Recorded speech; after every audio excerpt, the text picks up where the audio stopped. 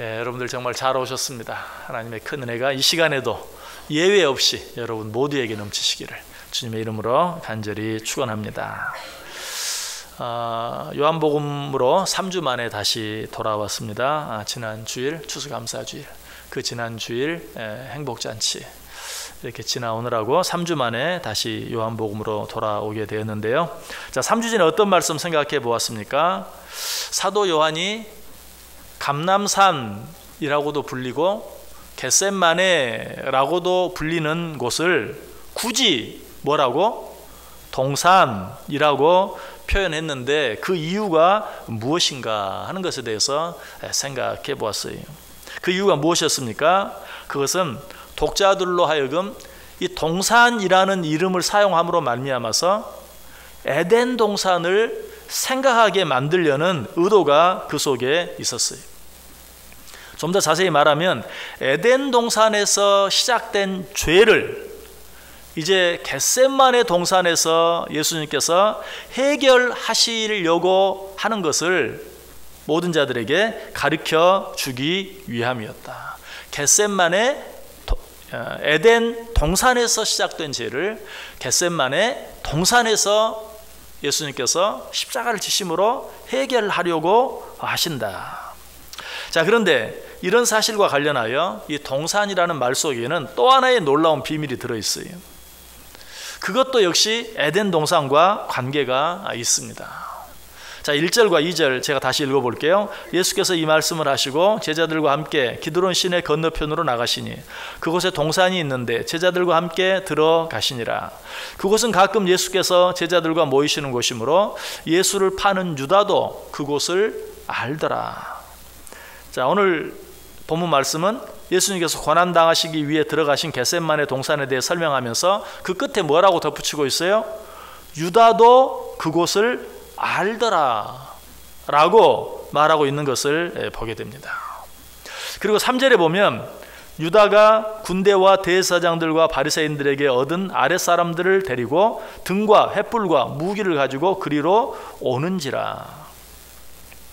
자, 유다가 단순히 그 동산을 알고 있었을 뿐만 아니라 어떤 계략을 가지고 그곳으로 들어가고 있는 것을 보게 되죠.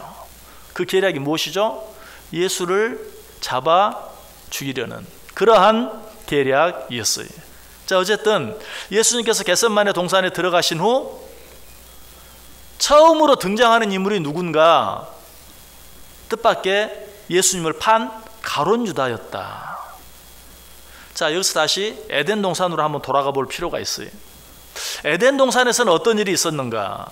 하나님께서 모든 우주 만물을 창조하시고 맨 마지막 여섯째 되는 날에 아담과 하와를 창조하셨죠. 그리고 아담과 하와를 창조하시고 난 후 맨 처음 존재하는 존재가 누구인가? 뱀이. 예수님께서 지금 겟셋마네 동산에 제자들과 함께 들어가셨는데 거기에서 맨 먼저 그 이름을 드러내며 등장하는 사람이 가룟 유다였던 것과 같이 에덴 동산에서는 예수님께서 천지 만물을 창조하시고 아담과 하와를 창조하신 후 맨 먼저 등장하는 존재가 누구인가? 바로 뱀이었다. 자, 그렇다면 가룟 유다와 뱀 사이에는 어떤 공통점이 있을까요? 그 공통점을 찾기 위해서 우리 지난 3주 전에 했던 질문, 그 본문의 말씀을 좀 바꾸어서 한번 읽어보면 그 공통점을 쉽게 발견할 수 있어요.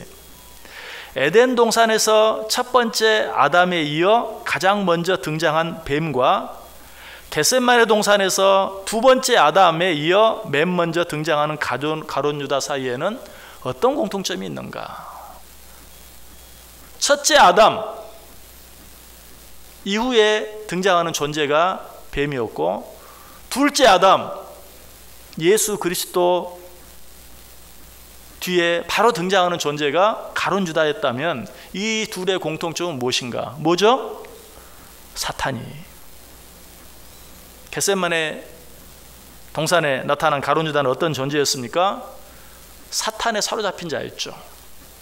요한복음 13장 27절에 분명히 말해요. 조각을 받은 후 곧 사탄이 그 속에 들어간지라. 이에 예수께서 유다에게 이르시되 내가 하는 일을 속히 하라. 예수님께서 이제 죽을 것을 아시고 제자들과 함께 마지막 최후의 만찬을 하시면서 떡 조각을 그에게 집어주었죠. 가룟 유다가 그 떡 조각을 받은 순간에 누가? 사탄이 그 속에 들어갔다라고 말하고 있어요. 그런데 참 신기한 것은 요한복음 전체를 통틀어서 사탄이라는 말이 여기 딱 한 번 나옵니다. 가룟 유다가 떡 조각을 받았을 때 사탄이 그 속에 들어갔다. 사탄이 여기 딱 한 번 나와요.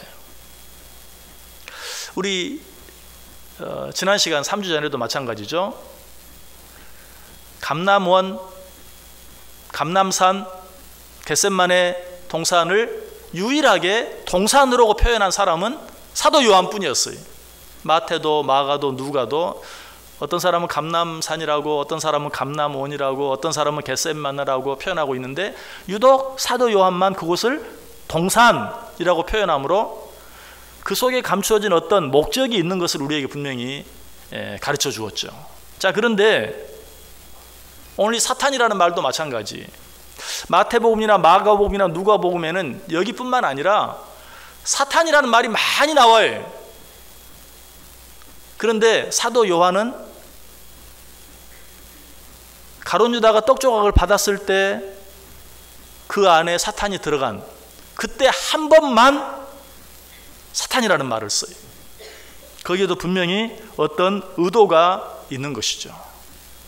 사복음서에 보면 예수님이 광야에서 시험을 받을 때 사탄에게 시험을 받았고, 예수님의 많은 가르침 속에서도 사탄에 대해서 이야기해주고, 예수님께서 베드로를 책망하실 때도 사탄아 내 뒤로 물러가라 라고 말씀하시고, 사탄이 너를 밀가부로도 청구한다 라고 말씀하시면서 사탄이란 말이 자주 나오는데, 왜 사도 요한은 굳이 가룟 유다 속에 들어간 사탄을 이야기할 때만 단 한 번 사탄이라는 말을 쓰고 있는가? 여러분, 그 이유가 무엇일까요?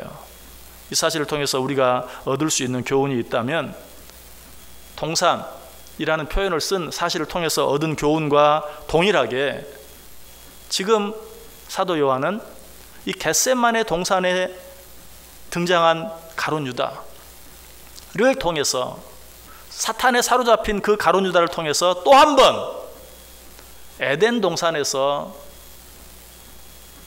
아담과 하와 이후에 제일 먼저 등장했던 사탄을 연상하게 만드는 것이, 여러분, 사탄의 역사가 언제 어디서부터 시작되었어요? 에덴 동산에서부터 시작되었어요. 자, 그 사탄의 역사가 지금 어디까지 이어지고 있어요? 겟셋마네 동산에까지 이어지고 있어요. 에덴 동산에서 시작된 사탄의 역사가 겟셋마네 동산까지 이어지고 있어요.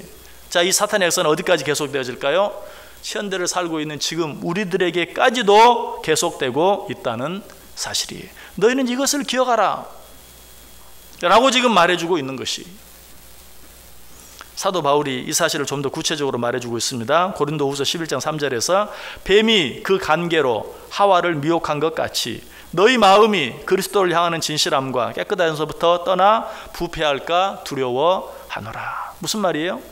에덴 동산에서부터 시작된 그 사탄의 간계가 너희에게까지 미칠까 두렵다.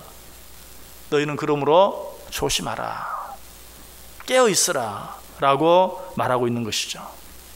사도 베드로도 똑같은 사실에 대해서 염려하며 경고해주고 있습니다. 베드로전서 5장 8절에서 뭐라고?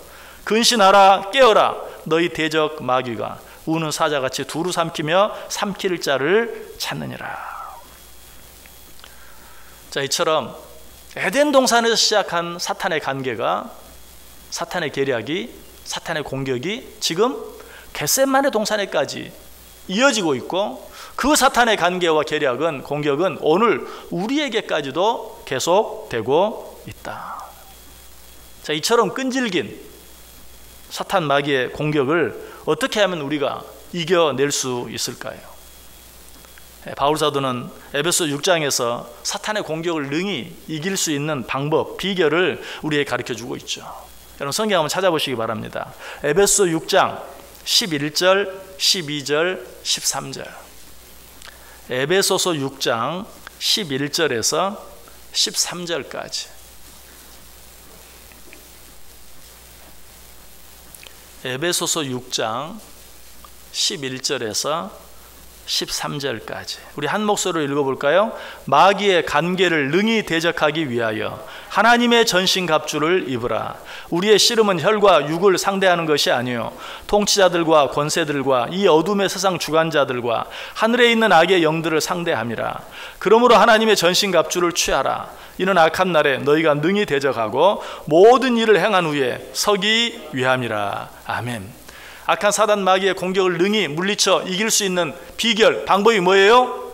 하나님의 전신갑주, 하나님의 전신갑주를 취하라. 하나님의 전신갑주 어떤 것들이 있습니까? 그런즉 서서 진리로 너희 허리띠를 띠고, 진리의 허리띠, 의의 흉배를 붙이고, 의의 흉배, 평안의 복음에 예비한 것으로 신을 신고, 복음의 신, 모든 것 위에 믿음의 방패를 가지고, 믿음의 방패, 구원의 투구와 성령의 검, 곧 하나님의 말씀을 가지라. 진리의 허리띠, 의의 흉배, 복음의 신, 믿음의 방패, 구원의 투구, 성령의 검. 자, 이것들이 도대체 뭘 말하는가? 이것들에 대해서 다 이야기하려면 이 시간, 한 시간으로 너무 부족해요. 이 6가지 무기들 한 시간에 하나씩만 생각해도 다 생각하기가 쉽지 않아요. 하나님께서도 그 사실 아신 것 같아요. 그래서 이 6가지 하나님의 전신갑주에 대해서 이야기한 후에 바로 그 다음 절에서 이것을 통틀어 한 가지로 이야기해 주고 있어요. 그 다음 절 에베소 6장 18절 역시 같이 한번 읽어볼까요? 시작. 모든 기도와 간구를 하되 항상 성령 안에서 기도하고 이를 위하여 깨어 구하기를 항상 힘쓰며. 아멘. 이 모든 것을 통틀어 한마디로 이야기한다면 뭐예요? 기도와 간구를 하되 항상 성령 안에서 기도하고 이를 위하여 깨어 구하기를 항상 힘쓰라. 악한 사단 마귀의 괴계를 능히 이겨내기 위해서는 하나님의 전신갑주를 취해야 하는데 그것을 가장 쉽게 한마디로 말한다면 깨어 기도하고 간구하라. 깨어 있어야 한다라고 말씀해 주고 있어요. 놀라운 사실은 사도 바울뿐만 아니라 베드로도 마귀의 괴계에 대해 말하면서 똑같이 부탁하고 있어요. 아까 말씀드렸죠? 베드로전서 5장 8절 근신하라 깨어라 너희 대적 마귀가 우는 사자같이 두루 다니며 삼킬 자를 찾나니. 너희 대적 악한 사탄 마귀가 우는 사자와 같이 삼킬 자를 찾는다. 너희가 어떻게 해야 되겠느냐? 근신하라 깨어라. 그리하지 아니하고는 악한 사단 마귀를 물리칠 수 없다. 더 놀라운 사실은 아니 놀랄 것이 하나도 없는 너무나 당연한 사실, 예수님께서도 악한 사단 마귀의 괴계를 물리치고 이기기 위해서 어떻게 하셨어요? 기도하셨어요. 깨어 기도하셨어요. 어떻게? 땀방울이 핏방울이 되기까지 기도하신 것을 보게 돼요. 예수님께서는 그의 공생애를 시작하시기 전에도 기도하셨죠. 그리고 사탄의 시험을 물리쳐 이기셨어요. 그때는 어떻게 기도하셨습니까? 40일 동안 금식하며 기도하신 것을 보게 돼요. 예수님도 사탄의 공격을 이겨내기 위해서 40일 동안 금식하며 기도했어요. 예수님께서도 십자가의 고난을 이기시기 위해서 땀방울이 핏방울이 되도록 밤이 맞도록 기도하셨던 것을 보게 되는 것이. 예수님께서는 지금 가룟 유다 속에 악한 사단 마귀가 들어있는 것을 지금 자기와 함께 겟세마네 동산으로 들어가고 있는 가룟 유다의 마음속에 무엇이 사탄이 있는 것을 분명히 알고 있었어요. 예수님께서 이 동산에서 기도하셨다는 말씀이 오늘 본문 속에는 직접적으로 나오지 않아요. 그러나 그가 거기에서 기도하셨다는 사실은 분명히 오늘 보면 1절 다시 한번 보세요. 예수께서 이 말씀을 하시고 제자들과 함께 기드론 시내 건너편으로 나가시니 그곳에 동산이 있는데 제자들과 함께 들어가시니라. 예수님께서 지금 누구와 함께? 제자들과 함께 그곳에 들어가셨다고 그랬어요. 자, 그런데 2절에는 뭐라고 말하죠? 그곳은 가끔 예수께서 제자들과 모이시는 곳이므로 예수를 파는 유다도 그곳을 알더라. 이곳은 처음 들어가시는 곳이 아니 이전에도 가끔 제자들과 함께 그곳에 모이셨던 것을 보게 돼요. 왜 제자들과 함께 그곳에 가끔 모이셨을까요? 누가복음 22장 39절에 보면 예수께서 나가사 습관을 따라 감람산에 가심에 제자들도 따라갔더니, 예수님이 늘 하시는 습관에 따라 제자들과 함께 그 감람산에 가셨다. 그럼 예수님께서 그곳에서 습관적으로 하신 일은 무엇이었습니까? 누가복음 22장 40절에 그곳에 이르러 그들에게 이르시되 유혹에 빠지지 않게 기도하라. 제자들에게, 같이 간 제자들에게 기도하라고 명령하고 있어요. 자, 제자들에게만 기도하라고 명령하고 예수님께서는 뭐 하셨을까요? 예수님도 기도하신 것은 너무나 자명한 것이, 실제로 그 다음 절에 말하죠. 그들을 떠나 돌 던질 만큼 가서 무릎을 꿇고 기도하여 이르시되 너 여기서 깨어 기도하라 라고 말하고, 예수님도 돌 던질 만큼 거리에 더 들어가셔서 거기에서 어떻게 하셨다? 기도하셨다. 어떻게 기도하셨어요? 예수께서 힘쓰고 애써 더욱 간절히 기도하시니 땀이 땅에 떨어지는 핏방울같이 되더라. 이것이 예수님께서 자기 앞에 놓여진 사탄의 시험 앞에서 취하신 태도예요. 행동이. 여러분 어떻게 하시길 원하십니까? 시험은 에덴 동산에서 시작되어 그 이후 겟세마네 동산까지, 예수님까지 계속되었어요. 그 이후 지금까지도 그 사탄의 공격은 여전히 계속되고 있고 점점 더 악랄해지고 있어요. 왜? 마지막 때가 점점 더 가까워오기 때문에. 오늘 이 말씀은 이걸 강조하고 있어요. 에덴 동산에서부터 시작된 그 사탄의 그 관계가, 그 공격이 겟세마네 동산 예수님에게까지 계속되고 있다. 예수님도 예외가 아니었다. 하물며 너희는 어떻겠느냐? 너희에게도 이 사탄의 공격은 계속 되어질 것이다. 그러므로 너희는 깨어 기도하라. 이 사실을 강조하기 위해서 지금 사도 요한은 굳이 동산이라는 표현, 사탄이라는 표현을 통해서 그 악한 사탄의 괴계가 시작된 에덴 동산을 생각하게 만들고 있는 것이, 에덴 동산에서 시작된 그 사탄의 공격은 우리가 하나님 앞에 나아갈 때까지 계속 되어질 것이, 에덴 동산 이후 시험이 없는 곳, 시험을 받지 않는 사람은 존재하지 않아요.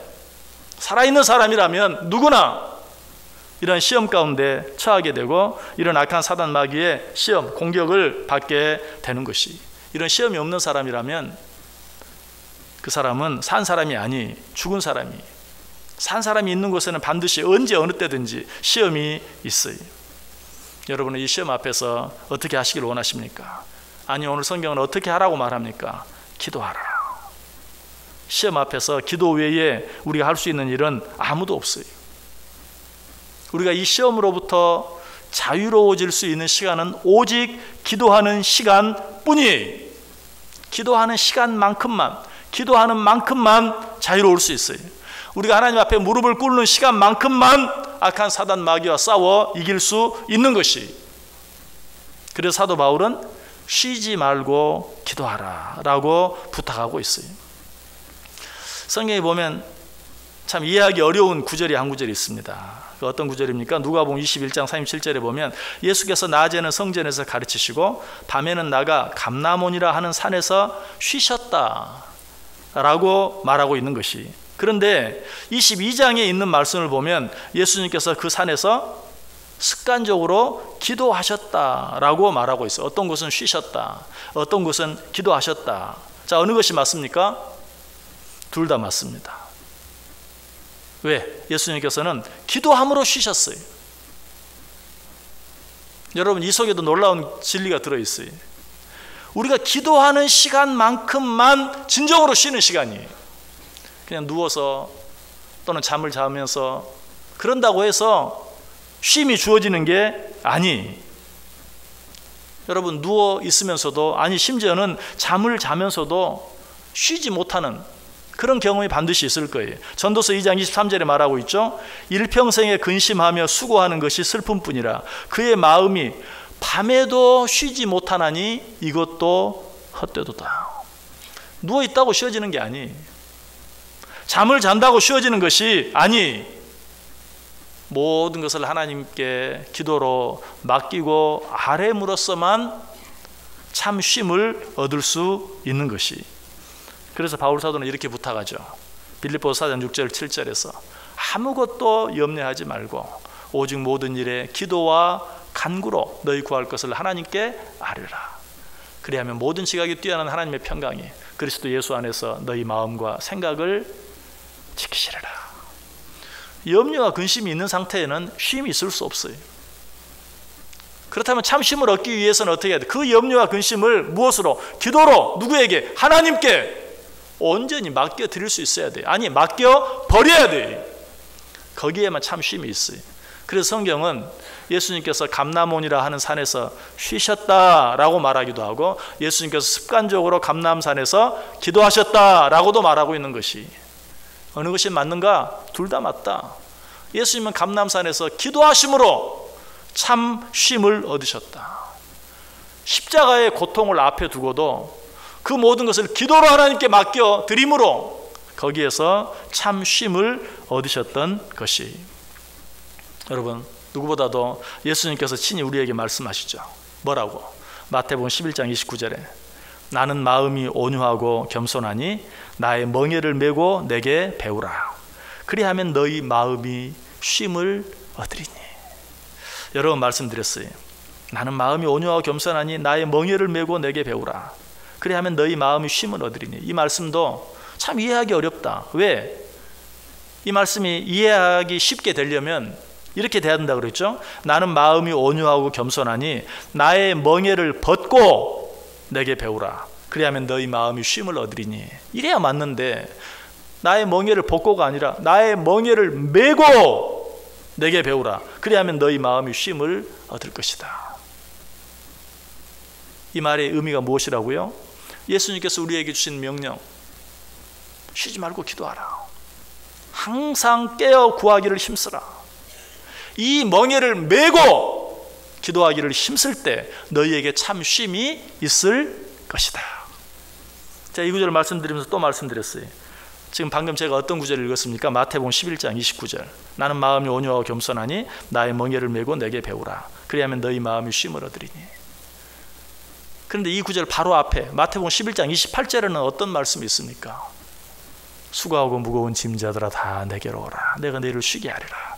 이 구절 잘 알죠? 이 구절을 모르는 분 없죠? 그러나 바로 그 다음 구절 29절은 잘 몰라요.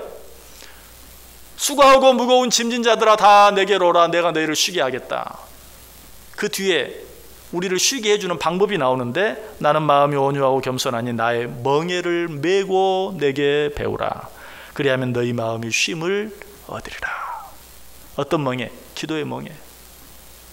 기도의 멍에를 메고 예수님처럼 감람산에서 밤새 밤이 맞도록 땀방울이 핏방울이 되도록 기도함으로 쉬신 것처럼 우리도 쉬지 않고 늘 하나님께 우리의 모든 것들을 기도로 아뢰을 때만 진정한 쉼이 있는 것을 말씀해 주고 있어요.